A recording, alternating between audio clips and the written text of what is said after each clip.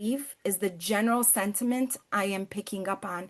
And that's the scariest part of it all for all of us, I would say. And as a clinical Well, psychologist, Donald Trump is saying that the war could be over very soon, and the regime in Iran looks said today, like it is not looks like it's not going to fall within the next week or so, unless something even more dramatic happens. What are your feelings about the possibility of Mushtaba Khamenei remaining in power, even though he's only been in power a couple of days?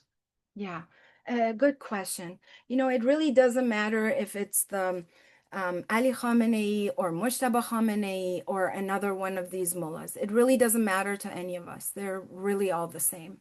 And there is a level of propaganda that they play from within to show that they are still in power, they remain strong. And at the same time, the Iranian people are suffering, that the more that they realize, they see that the more that they're putting pressure on the people, which I'll explain a little bit more of what is actually happening on the ground right now, because the Islamic Republic is actually publishing it. So these aren't things we're hearing even from each other alone, but they are saying it in their state TV. Because of those pressures, we see that they are getting weaker and more desperate. When things come back, when things come back like executions, mass killings, kidnapping, detaining people, none of that stopped. None of that stopped. Everybody thinks that, well, maybe the war is the worst part. Well, the war is a horrible part, but all of that has been going on all along is continuing. Even during during the war, they're announcing what they're going to do. So they're threatening and blackmailing people, threatening the lives of their loved ones and children if they don't go out in support of the new Ayatollah. Now that basically they're going to pay a heavy price. I really want to paint this picture for you so that this mass support that is showing in government support is not really real. It's propaganda. They're sending messages to people's phone, my family, other people's family across the country. They're telling them that they're under surveillance, which they have been all along anyway, and people know that. But now they're saying that they will pay a price for not coming out, and they're actually saying, making sure that the rest of us, like me right now, talking to you, is actually a very dangerous thing, even though I'm sitting comfortably in Chicago. But now, right now, they're putting those kind of pressures saying that if your family in the outside talks, you'll ultimately pay the price. And today I even saw in Yahoo News that the IRGC has said that anybody who has a property in Iran, owns a property, and lives abroad and protests or talks against them, they will have their property confiscated. So this is how we know how desperate they are, the regime is, that they're not doing as great as they're trying to show in their propaganda. Otherwise, they would be a lot more comfortable and they wouldn't be doing this. Well, thank you so much indeed for talking to us. Really appreciate it. Would you mind if I just mentioned one last thing in terms What's of that? the Iranians? Do you have another minute so I can explain one more Yeah, thing about yeah. the Iranians? Thank you so much. So I wanted to make sure that I mentioned this here, and it's really important that this gets out there, that Iranians are not a monolith. They don't all think alike. They don't all think the same way, believe the same thing. There are over 90 million people in the inside and 10 million on the outside approximately. They have different perspectives, identities, realities. So we're definitely not a monolith in any sort.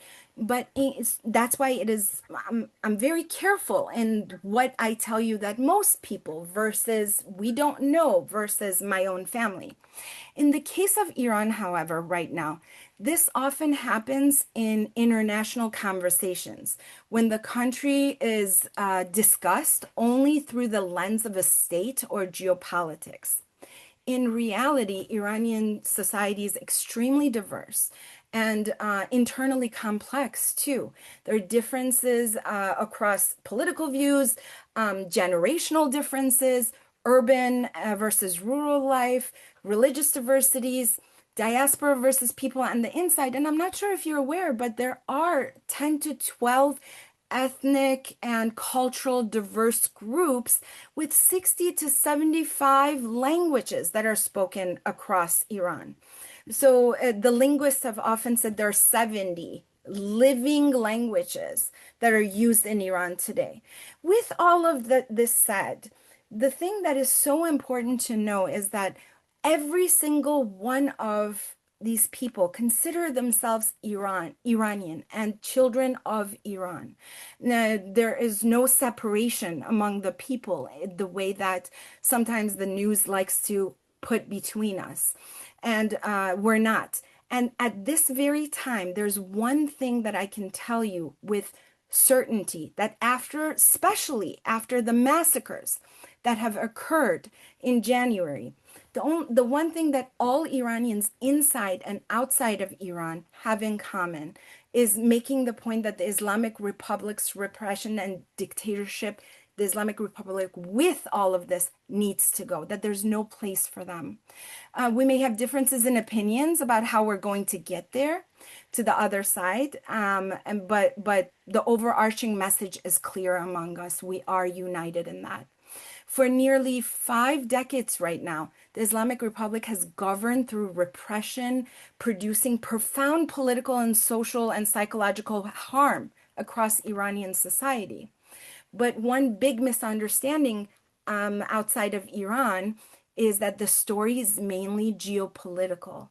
And for millions of Iranians, this story has been a 47-year-old story that, thank you to your platform, we're getting a chance to get that out.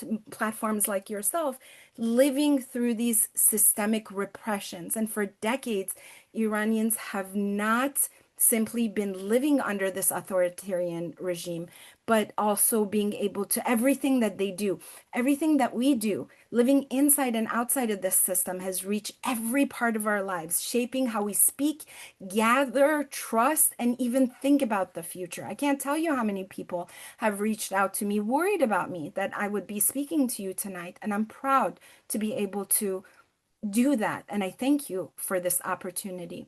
We want to make sure that our voices are heard. We are people that at this very point in time, I guess this is an important point that I should also make.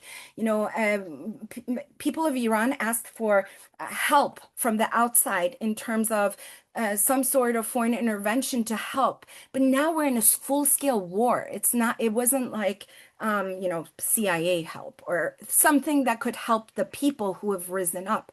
What's happened now is that they're getting carpet bombed. And if the war stopped at this point, the Islamic Republic would be even worse toward the people and they would have no way to rebuild. So this is a catastrophic event right now that is taking place that needs to be addressed, and there is no good solution. I'm not here to say that the war needs to stop or the war needs to go. I can't talk about that, but as a human I can tell you that the people in Iran are suffering and hurting from both sides.